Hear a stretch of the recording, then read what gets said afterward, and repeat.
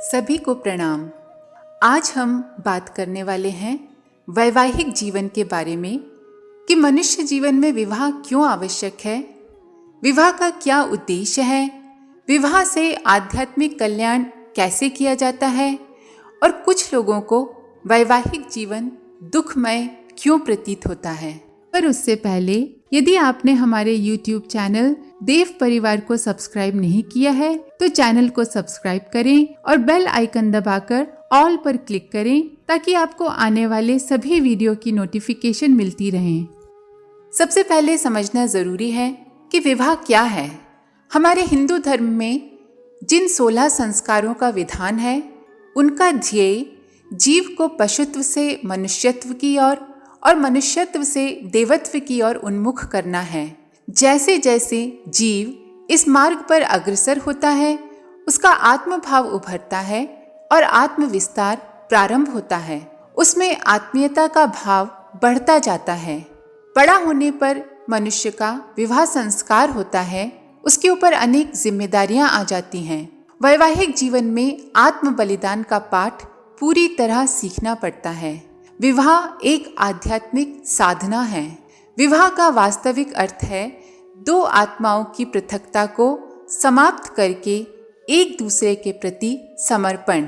विवाह बंधन में बंधकर पति पत्नी यज्ञीय जीवन जीते हुए एक दूसरे की आत्मिक उन्नति में सहायक हो सकते हैं।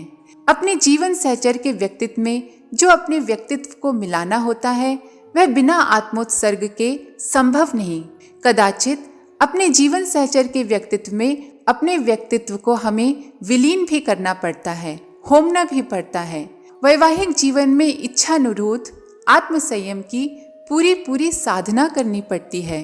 अपने अहम भाव को त्यागना पड़ता है क्योंकि बिना इसके अपने जीवन सहचर के साथ पूर्णतया घुलना मिलना संभव नहीं है।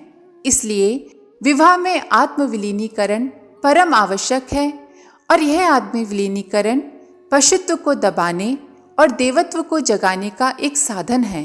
जब संतान प्राप्त होती है तब उसकी सेवा बिना आत्मत्याग और बलिदान के संभव नहीं।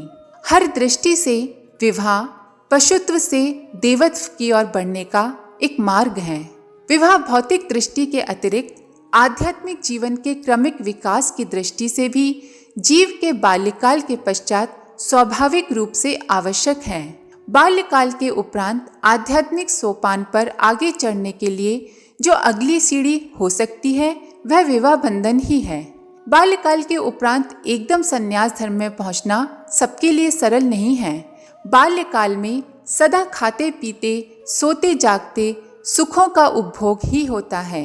इंद्रियों की तृप्ति का प्रयत्न ही चलता रहता है। इच्छाओं का निरोध नहीं होता, किंतु इसके ठीक विपरीत संन्यास में एकदम त्याग ही त्याग है।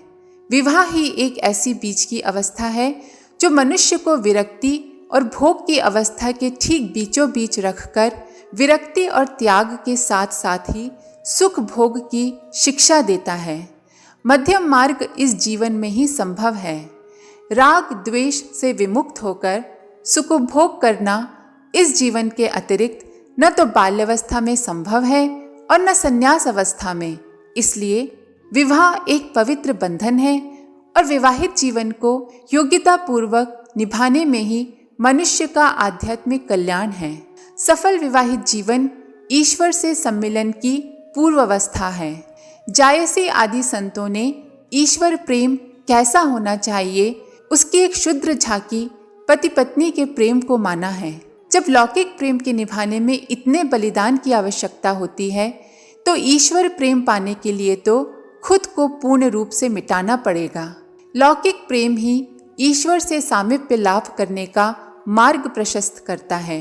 हम जाबाल और समुग वार्याक के जैसे ब्रह्मज्ञानियों को भी विवाह करते देखते हैं। इससे भी विवाहित जीवन की पवित्रता ही प्रतिपादित होती है। केवल आत्म संयम का होना न होना ही विवाहित जीवन को पवित्र या अपवित्र बना देता है।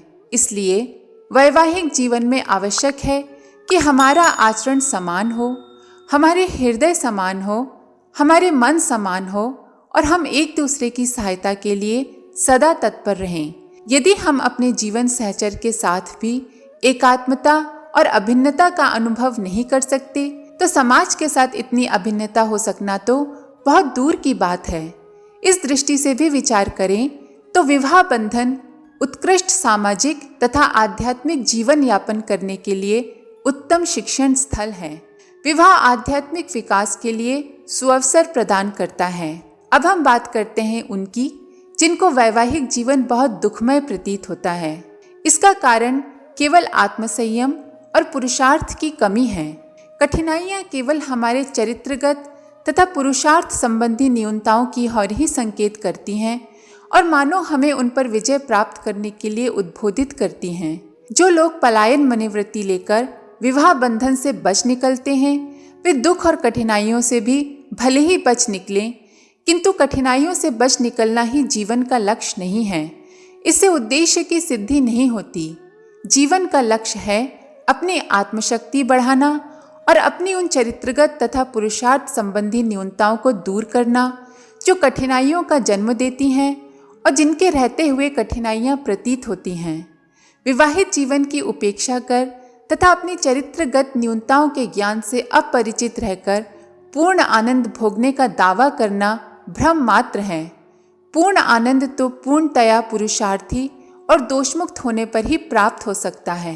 विवाह पुरुषार्थी और पूर्णतया दोषमुक्त होने का बढ़िया साधन है। अतएव जिनके जीवन में कोई दोष नहीं और जो पूर्ण पुरुषार्थी हैं, केवल वे ही इस बीच की सीढ़ी विवाहित जीवन की उपेक्षा करने के अधिकारी हैं, क्योंकि वे पहले से ही आत्मविजयी और पूर्ण हैं। आज के लिए इतना ही। आपका कोई सवाल या सुझाव है तो हमें कमेंट बॉक्स में ज़रूर लिखें। साथ ही वीडियो को सभी के साथ शेयर करें। आप सभी का बहुत बहुत धन्यवाद। ओम शांति। हमारे YouTube चैनल को सब्सक्राइब करें और बेल आइकन को दबाकर ऑल पर क्लिक करें ताकि नोटिफिकेशंस आपको मिलती रहें।